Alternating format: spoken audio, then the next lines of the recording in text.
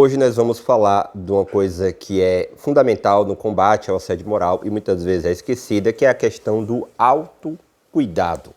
Nós temos que ter em mente, primeiramente, que se o combate jurídico e político é essencial, o autocuidado é fundamental e, nesse caso, o autocuidado não deixa de ser também uma estratégia ético-política de combate ao assédio moral.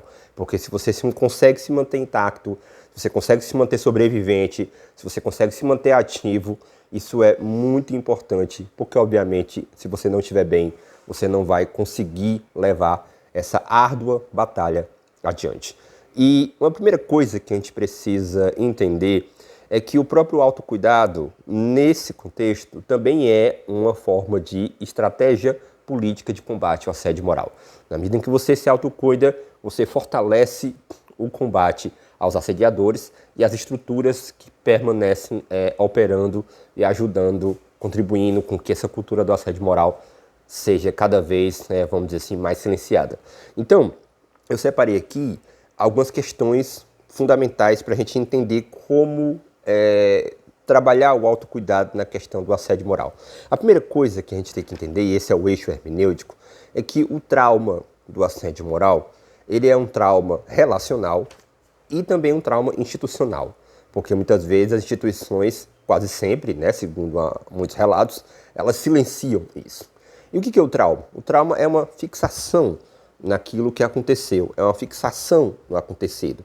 E essa fixação faz com que você deixe de olhar a sua vida como um todo, como se você estivesse com a cabeça imerso em um buraco e você não conseguisse mais enxergar a floresta.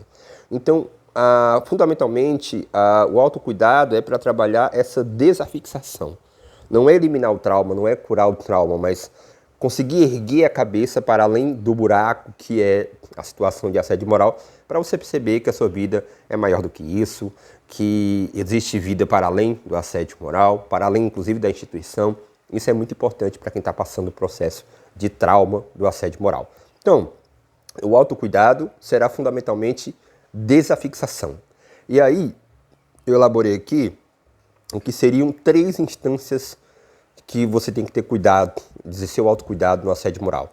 O corpo, a mente e o espírito. E aqui o espírito, você pode, para aqueles que são menos metafísicos, pode traduzir como existencial, vamos dizer assim, como a dimensão existencial.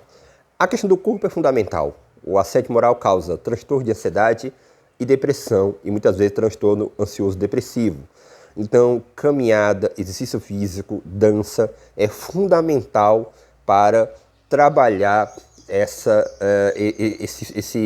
situação em que a vítima se encontra. Então, não negligencie o corpo é muito importante. Faça caminhadas, faça pedaladas, faça academia, faça dança, alguma coisa que trabalhe o movimento do corpo. É muito importante que o corpo esteja em movimento para que você possa estar cada vez mais ancorado, mais presente para poder desenvolver as melhores estratégias de enfrentamento ao assédio moral. A outra dimensão é a mente, o psíquico, o emocional, vamos dizer assim. Então, a nossa mente não pode estar toda hora pensando no que aconteceu, numa ruminação constante. É importante você separar momentos para pensar nisso, mas momentos para ouvir uma boa música, para cuidar de um projeto, para escrever, para trabalhar arte. Então, é muito importante, nesse momento, você desenvolver algum trabalho artístico. Vai aprender a tocar flauta, tocar um violão, vai escutar uma música, enfim, trabalha isso, da contemplação estética. Isso é muito importante quando você está imerso numa situação. A outra é o espiritual e existencial. Se você tem religião, se aproxime da sua comunidade religiosa, participe de experiências coletivas e comunitárias com mais ênfase, porque isso traz a poderosa sensação terapêutica de que nós não estamos sós, porque fundamentalmente o assédio moral, o ataque que ele faz é do isolamento da pessoa em relação a tudo, Então, a quebra do Sercon, do Mitzain, como diz na Dasein Análise. Então, é importante você trabalhar a sua espiritualidade. Se você não tem religião, mas você tem espiritualidade, trabalhe, não esqueça de trabalhar ela, porque ela lhe dá uma visão, por algum momento ela tira, ela desafixa. Agora, se você é ateu, se você não tem religião, ou se você considera que não tem espiritualidade, também não tem problema. Você pode fazer esse cuidado existencial escrevendo sobre o assédio moral, refletindo, pesquisando, participando de uma reflexão, de uma construção, um entendimento sociopolítico do vivido, conhecer outras pessoas, formar grupo de estudo, algo que você possa elaborar no sentido intelectual e existencialmente você cada vez mais se enxergar como um ativista contra o assédio moral, alguém que transformou a sua dor em obra, em produção, né? Por exemplo, aqui nesse canal, né, esses vídeos que eu estou fazendo é basicamente a minha terapêutica existencial. Eu estou aplicando exatamente o que eu estou dizendo aqui para vocês. E quer que eu diga uma coisa para finalizar esse vídeo, um testemunho, dá muito certo. Transforme a sua dor em obra, em reflexão, que isso é muito importante não só para você, como para várias pessoas que podem passar isso no futuro, tá certo?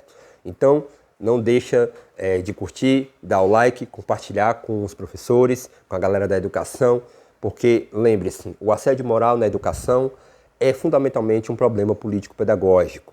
É a incapacidade de lidar com o dissenso legítimo. E a escola, fundamentalmente a escola pública, não pode ser um espaço de supressão radical do dissenso e o uso da máquina pública para perseguir críticos, que é uma estratégia muito comum do assédio moral na educação, fundamentalmente a educação pública no Ceará, tá bom? É isso.